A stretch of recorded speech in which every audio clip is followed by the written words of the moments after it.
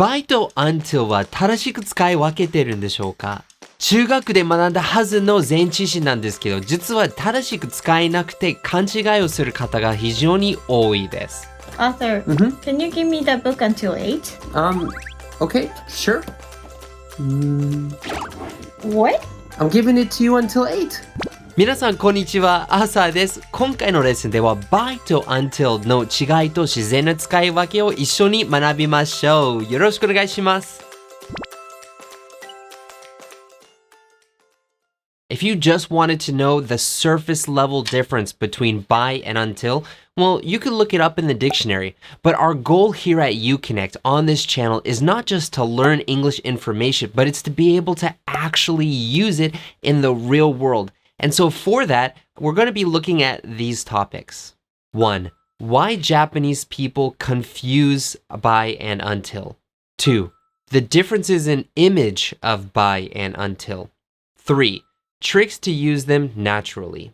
And also, if you got my book, Yasatan, this is lesson 52 of that book. And so you can use that book to learn this topic more in depth and really develop that sense.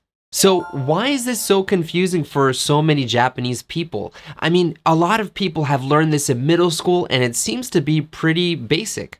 Well, the reason for this is because most people focus not on the image, they focus on the words themselves. Remember, the purpose of English isn't about translating Japanese words into English. 英語の本来の目的は頭の中のイメージ、気持ち、情報、いわばメッセージを相手に伝えることです。And so if we really want to learn English, we can't focus on the words themselves. We need to focus on the messages behind them.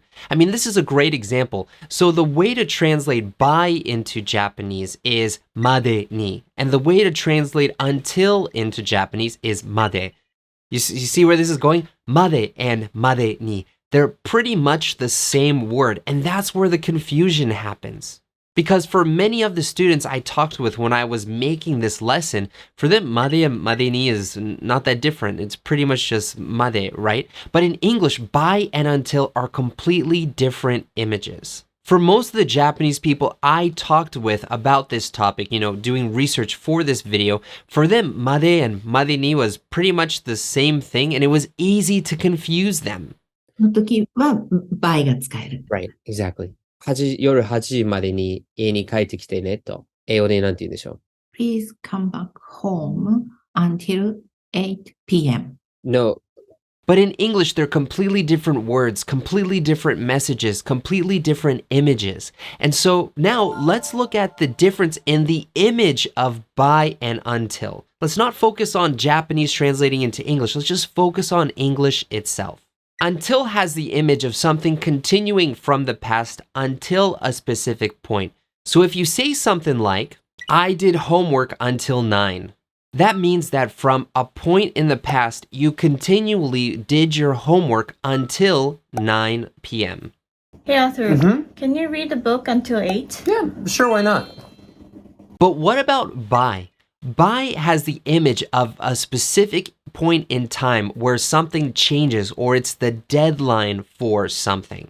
So if you say something like, do your homework by 9, it means it doesn't matter how long it takes or when you start it. The key thing is to have the homework done by 9 p.m. It needs to be finished at that point. You can't do it past that point.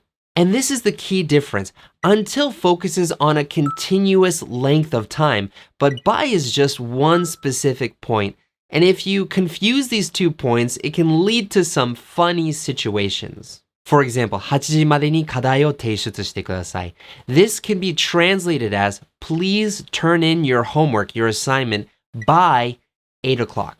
Because the focus is on the deadline, 8 o'clock. It doesn't matter when you start, as long as you finish it and turn it in by 8, then it's okay. But what if you say, please turn in your assignment until 8 o'clock? What's that image? This means that the act of turning in the assignment itself continues up until 8 o'clock. So you have to do your homework, and then from a specific point up until 8 o'clock, you have to hold your assignment in your hand and slowly give it to your teacher until 8 o'clock. Or in today's digital age, you open up the browser, you click the send file button, and you slowly drag the file to the send file place, and you continue that all the way until 8 o'clock. It's pretty strange, right? Hey, Arthur, can you read the book by 8? This book? Yeah, But it's 10 minutes until 8. whatever. What? Okay. Okay, I read it. No, you didn't. Oh, dang it. Here's another good example, and it talks about doing homework. Make sure you do your homework. Please do your homework until I get home. Please do your homework by the time I get home. The first one, please do your homework until I get home, means to do the action of doing your homework until I get home.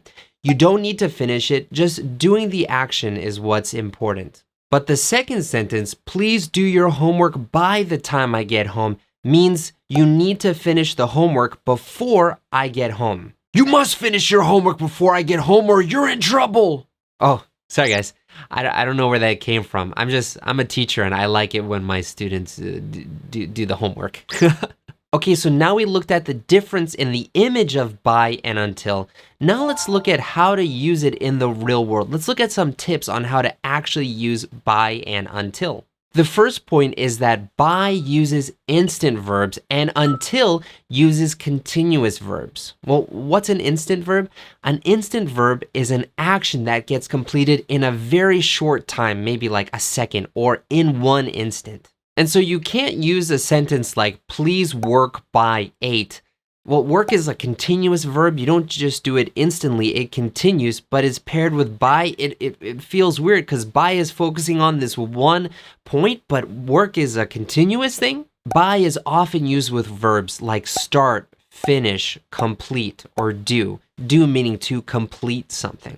But for continuous verbs, for verbs, actions that you do regularly, that you do not just in an instant, but over a period of time, most of the time you use those with until. That's why you can say, I'll work until 8 today, but you can't say, I'll work by 8. You need to say something like, I'll finish work by 8, or I'll start work by 8.